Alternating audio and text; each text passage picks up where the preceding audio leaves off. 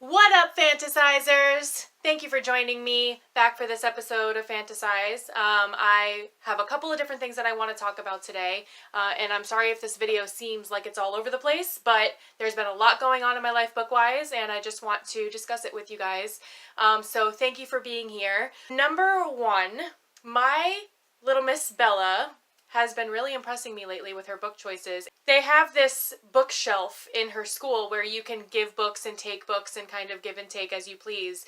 And she discovered this bookshelf last week and she came home with Quidditch Through the Ages. And I've literally never been so proud of my child in my entire life. The other thing was she saw in her book fair catalog that they had The Secret Garden on sale for $1, and I think she remembered seeing this movie not too long ago, and she really wanted to get this book, and I said, well, Bells, we don't have to order it because I have The Secret Garden already.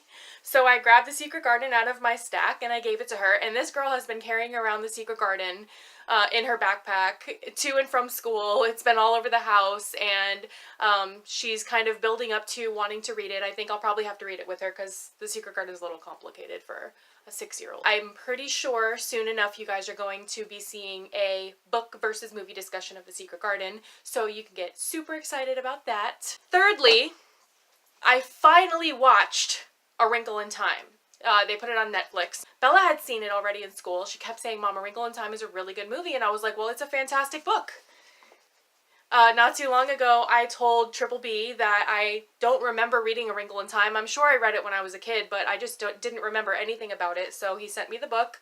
I read the book probably no more than 6 months ago, when I knew that the movie was coming out. I read the book. I really thought that they stayed true to the book. I was super excited. I mean, it's a kid's movie, so you don't really have so many expectations as it being like this awesome, mind-blowing movie, I suppose. But as far as book versus movie adaptations, I thought they did a fantastic job carrying the story over. They didn't really change too much. They tried to stay true to the story and to the characters. The movie was very visually appealing for children. It was wonderful. My daughter loved it. She watched it twice. And I just really loved how they represented Meg, how they represented Charles Wallace, Calvin, all the misses, how they represented the darkness, and how Charles Wallace changes into this sort of villain in the end. I just thought they did a wonderful job adapting the book into the movie, and I just wanted to go ahead and throw that out there, that I thought A Wrinkle in Time, the movie, was wonderful. So good job, Disney. So back into adult things. As I said in my last video, I had an obligation to read the Foundation series. I have not completed the entire series. I did bring Foundation with me when I was traveling this past weekend to Colorado. By the way, I got caught in the snow for the first time in my life, so yay, adulting. Anyways, I finished Foundation, the first Foundation novel by Isaac Asimov, and as any of you sci-fi fans know, Foundation is a staple in sci-fi lovers, repertoire of books. And I had never read this book or heard of this book before my father bought it for me for my birthday. I felt obligated to read it, and obviously I love sci-fi and I love fantasy and I love getting into these kind of books. I am not going to pretend that I loved this book because I thought it was a little slow, and maybe as you get into the other books it gets a little bit more fast-paced or more starts happening and you get more into it. But as far as understanding where this is in the realm of sci-fi stories, I completely understand why it is such a beloved story. It's very Orwellian in the sense that we get a lot of politics, although it's very unrealistic. Obviously, it's the future, and there's people living all over the universe, and a lot of galactic warfare going on and whatnot, very Star Trek-ish. It's also very 1984 and Animal Farm-ish in the sense that we get a lot of combating for different political roles, and we can kind of see where the story is going as far as them trying to develop a certain type of political situation and prevent a catastrophic event from happening across the universe. So it was very interesting. I did finish the book. I have not moved on to read Empire. What is it called? Foundation and Empire is the name of the second book, but I am sure that I will be picking it up shortly so that I can finish the first 3 books that my father bought me for my birthday. Lastly, and most excitingly, I finally got to read Life of Pi. As you can see, this copy that I got of Life of Pi, I got in a thrift shop. $3 written right here on the cover. They ruined the cover, whatever. Winner of the Man Booker Prize. I've always heard wonderful things about this book and this story. Triple B raved about this book before I read it, and, you know, obviously I trust him when it comes to book choices and stories and whatnot. I just, for whatever reason, I was never able to tackle it. You know, I've been really wrapped up in fantasy for the past couple of years at this point. I needed something a little bit, you know, just a different genre. I was getting a little bit burnt out. So Life of Pi has been on my list for quite some time. I thoroughly enjoyed it. I read this book in 2 days. It was fantastic.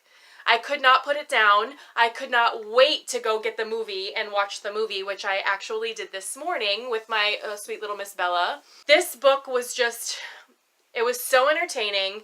It was so outlandish, you know, the story. I suppose they wrote it in a way that it could be true, but very unlikely. I've read so many castaway stories in my life, and it's almost like, how many different castaway stories could you possibly tell and make it interesting? There's so many castaway stories, and how many different castaway stories can you possibly tell? And this man's castaway story is just completely different than any one I've ever read in my life. Also, you know, a lot of them are pretty predictable. They get shipwrecked, they are stuck on a boat, or they are stuck on an island by themselves. They have to survive, they have to start killing things, they have to create rafts, and they have to create shelters and whatnot, and then they get saved or they die. You know, whatever. It's always kind of the same series of events. I never thought that a castaway story could shock me or confuse me. And that's exactly what this book did. By the end of it, I was like not expecting the ending, and I was very, very confused at how I felt about the ending at the end. And I sat there. It's one of those books that you finish and you sit there staring at the wall for like 20 minutes just analyzing the ending and thinking, what did that mean? This book is very religious. It's got a very religious theme to it, and I am not a religious person, so I think maybe a lot of that stuff was lost on me. And maybe a religious person would take more away from the story than I did. Nonetheless, wonderful story, twist at the end. I loved every second of it. And Bella and I are going to be doing a book versus movie discussion on this that I will put out next weekend. So I don't want to tell you too much about the movie. Very, very strongly recommend Life of Pi, that you put it on your reading list and read it ASAP. It's a quick read. It's not too many pages. 300 pages, about a little bit over 300 pages, but you're gonna read it quickly because it's one of those stories that you just can't get enough of. I am going to be moving on and reading the last book in the Black Dagger Brotherhood series that was released. It's called The Thief. After the Life of Pi video, I am going to be revisiting Black Dagger Brotherhood, and I'm obviously very excited because I love Black Dagger Brotherhood. I think I'm going to pick up the books. The first one is called The Passage. It's the Passage series, and they're coming out with a show with Zach Morris. Oh my gosh, I'm like super excited about this because I love him. So I'll probably be reading those. I'm going to be kind of engulfed in some vampire stories coming up pretty soon. The holidays are coming up. Yay! Thanksgiving's next week. I'm really excited. We're going to be cooking up a storm, and the house is going to smell fantastic, and there's lots of exciting things happening aside from my vampire binge that I'm about to go on. I want to thank all of you for the love that you've been showing me, and I hope to see you again soon for the next episode next week. Thank you! Mwah.